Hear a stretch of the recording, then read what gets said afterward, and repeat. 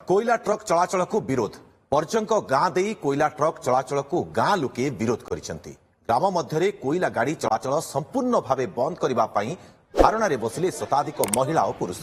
पर्यंका रास्ता दे प्रत्येक दिन शह शह कोयला ट्रक पर्यंक रेलवे स्टेशन को जीवा आसिबा करुछंती, जहाद्वारा गां लोके नाही नथिबा असुविधार सम्मुखीन होउछंती।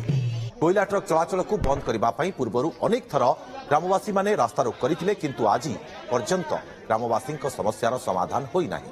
कोयला ट्रक चलाचल को विरोध करी धारणा बसिछंती गां लोके। बसी रोचु लेडीज मैंने आज की 10 दिन है बसी रोचु आमर एतिकी ये करूँ कोयला डिपो आम पर्यंकर कोयला डिपो संपूर्ण रूप से उठा जाऊ।